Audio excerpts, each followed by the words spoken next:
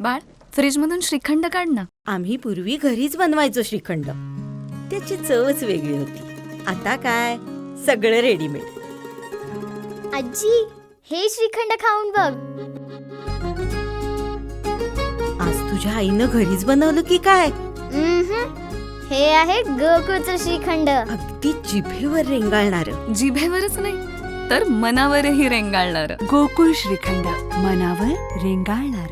संतोष देशमुख यांच्या न्यायासाठी बारामतीत भव्य मोर्चा काढण्यात आला.